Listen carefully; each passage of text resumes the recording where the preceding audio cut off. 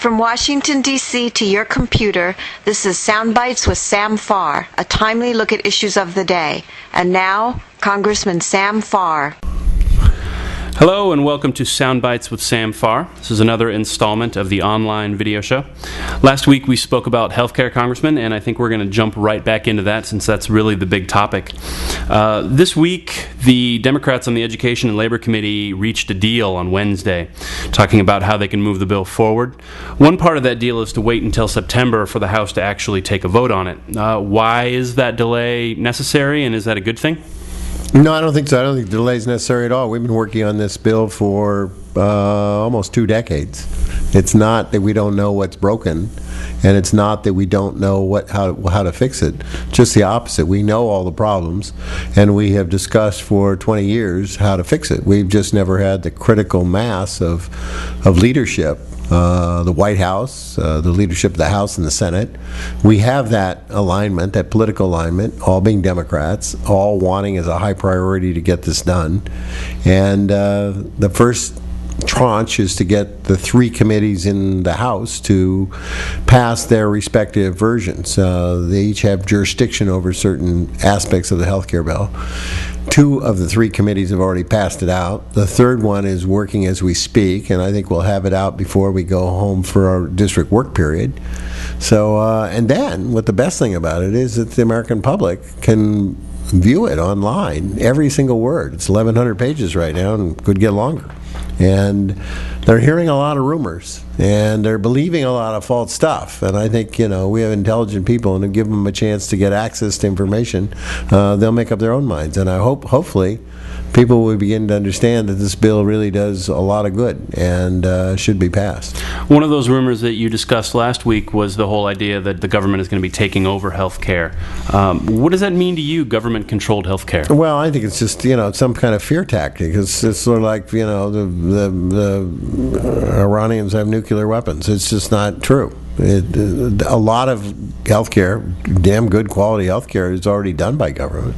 I mean, people have Medicare. It's the best healthcare program we have in the United States. You have, and it's entitled to anybody over the age of 65. And it doesn't matter how much money you've made or how little, you all get the same benefits.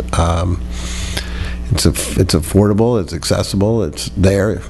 That's really what we're trying to do for the rest of Americans. It's just how do you do it under an insurance-based process. You also have TRICARE, which is the military care. You have Medicaid, and you have veterans care. I think I added it up in Monterey, Santa Cruz, and San Benito counties. If you took all of the monies being spent by state and local government to insure their employees, which are public employees, buying an insurance policy through a government base, a government pool, and that's the local and state level in California. And then the federal government has another pool for federal employees. Plus, you add up all the Medicare and all the military care it's given in our area. I think the vast majority, maybe 65% of all the money that's in healthcare in our 3 counties is now government money.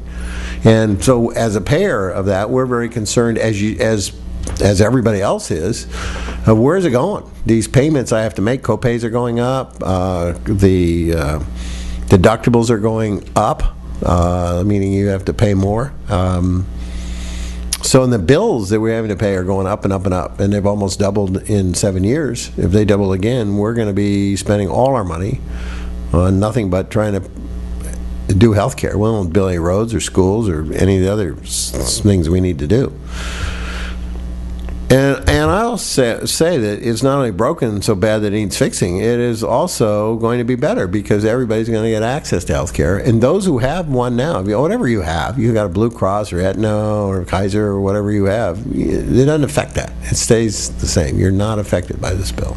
You mentioned a public option, and I know Medicare is one example of a public option that's available to a very limited number of people. Do you support a strong public option in this legislation? Well, I support a single-payer plan, but we're not going to get that. The politics aren't here for that. So, yes, I think the whole Progressive Caucus and others support a public option. A public option is essentially you go to all these private insurers, and you can't find anything you can afford.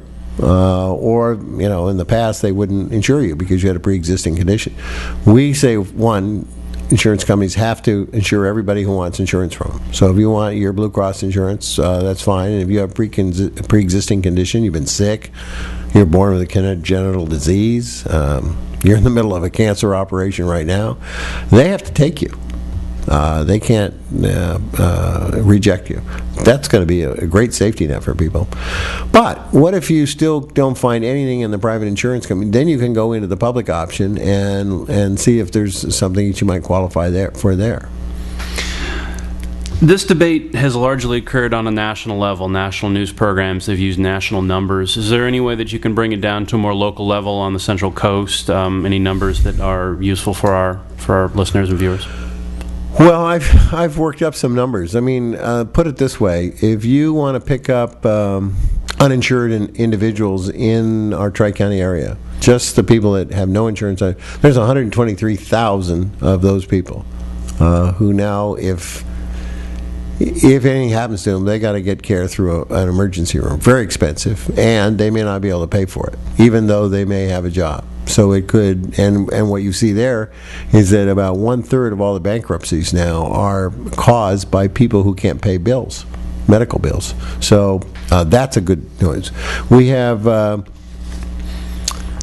about 6,500 seniors who fall into what they call the donut hole in the prescription drug program, meaning they have to pay out of pocket thousands of dollars for prescription drugs. Those 6,500 seniors would be, this would fix that problem, and they won't have to do that anymore. We have 13,000 businesses that would get a tax relief, would get a tax credit to provide insurance for their employees. As I said, we have an awful lot of families who've been filing bankruptcies because they couldn't pay medical bills. I think the average is somewhere around $1,600 a year. Just 600 people filing bankruptcy because they couldn't pay their medical bill. That's criminal. That's just criminal. We're going to take care of them so that won't happen. We have, probably a third of, maybe a fourth of the population in our district just doesn't have any insurance at all. And this bill, the health care bill, will take care of them. I know that you're hosting some town halls, in-person town halls, over the break. Is there anywhere that the viewers can go to find a list of these? Yeah, I've got a website, Farr, F-A-R-R, .house, H-O-U-S-E.gov. That's my website, www, of course, but you get that, just the website.